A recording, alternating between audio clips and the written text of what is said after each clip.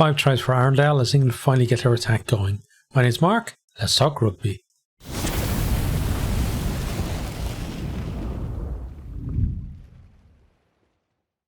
Chile actually started this one quite brightly. They were looking good early on, exploiting some gaps, aggressive in defence.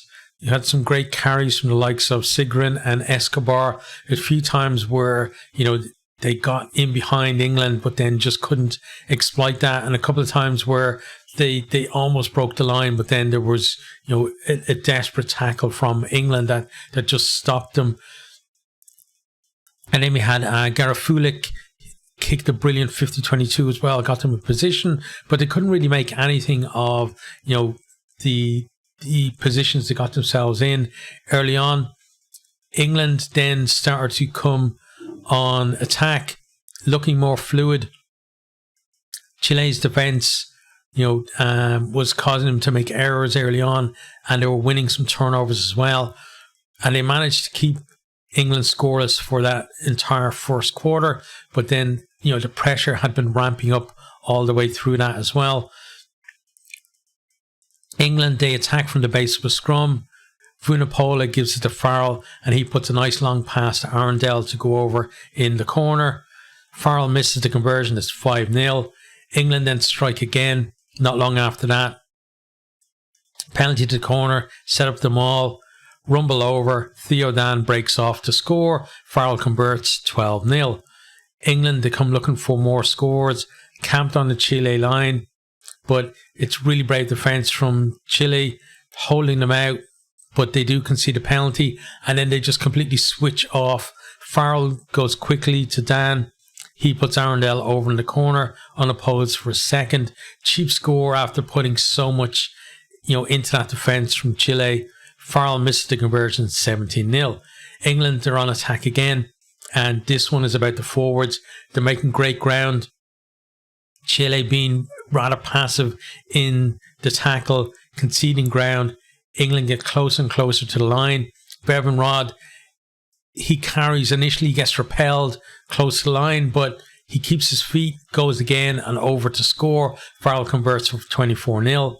Chile then get a rare chance to attack since England had taken the lead. They go up the line from a penalty, claim the line out, set up the maul. They looked, set up to spread the ball, and maybe they've got a set move up their sleeve or something, but forwards decide to keep it in the maul. England turn it over, and kind of a chance wasted. They should have at least given the backs a chance to show what they could do.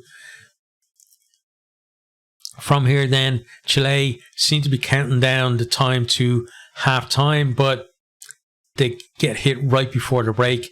England spread the ball.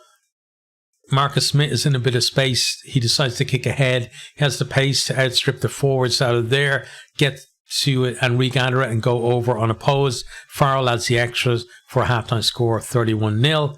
Early in the second half then, Chile, they win a free at a scrum just outside their own 22. They opt in for a scrum themselves, but get pinged with a penalty. England kick that to the corner. They look to set up the maul, but Didas, he dives in at the legs to try and stop anything forming. He gets himself his second yellow card of this Rugby World Cup. England go back to the corner. This time the maul is too powerful, and Dan gets his second try. Farrell converts for 38-0. England then, they move the ball again. Daly with a nice little kick in behind. Thanks, phone. My phone keeps interrupting. It doesn't want me to do these, but where were we? Yeah. Oh yeah, Daly. Nice little kick in behind from him. It sits up for Arndal. He goes over for his hat-trick. That's converted for 45-0. From here then, Chile retaining the ball at the restart. They come forward, they win a penalty, kick to the corner. Kick wasn't great, so they're 10 metres out instead of 5 metres out. England then just drive them all back and almost into touch. Chile get it out, go through some phases, but they're basically going nowhere. They try a cross kick. It's an easy catch though for Marcus Smith, and he marks that. Escobar then gets pinged for an off-the-ball tackle, and England go to the corner again. They go infield from the line out, but Stewart gets isolated and Chile get over the ball to win that penalty. Great defence from them, even though they are so far behind. But Arundel then gets his fourth, chips it over the defence, and does really well to regather and score. Farrell converts for 52-0. Chile then, they win a scrum penalty. They go up the line. They get repelled, but then England are offside, not back 10, so Chile kick into the corner. Yet again, England wrap them up in that maul and make it unplayable.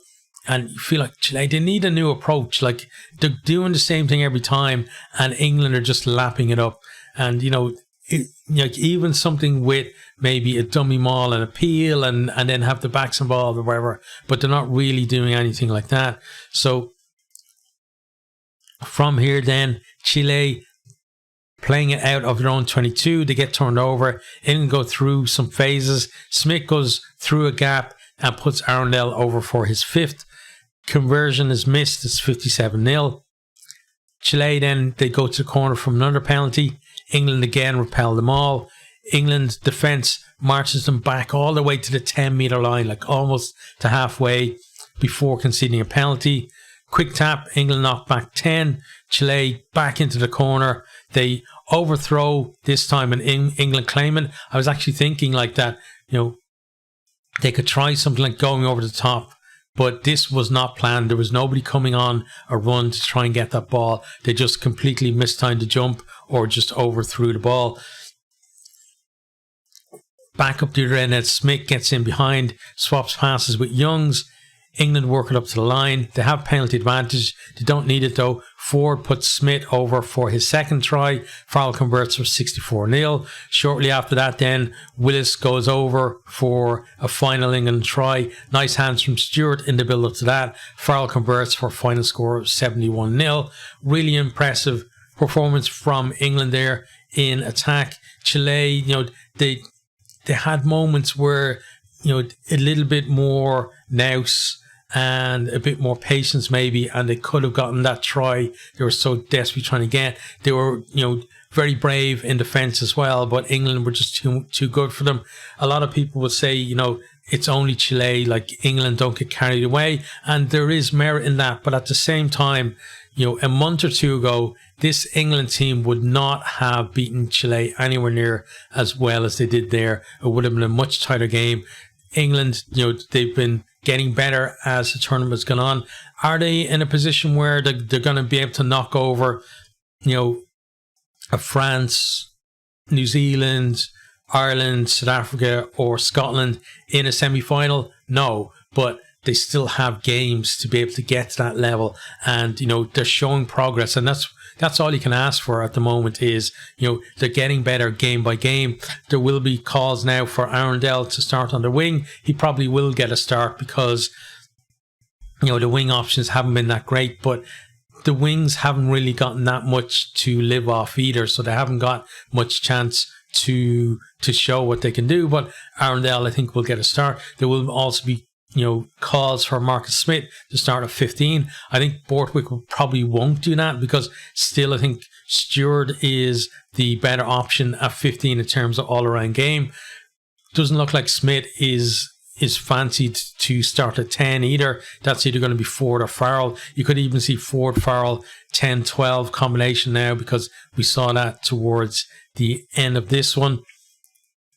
And Smith is probably going to end up being the 23rd man coming on when teams are tired. But you never know. Maybe, you know, there will be kind of a groundswell of people calling for that. And maybe Borthwick will give it a go in the last pool game against Samoa. But I still think Stewart is probably the best option back there. Again, you know, nothing to get carried away with. But looking at where England were in the Six Nations and where they are now, they're a much better team than they were then, and it looks like there's more improvement to come from them too.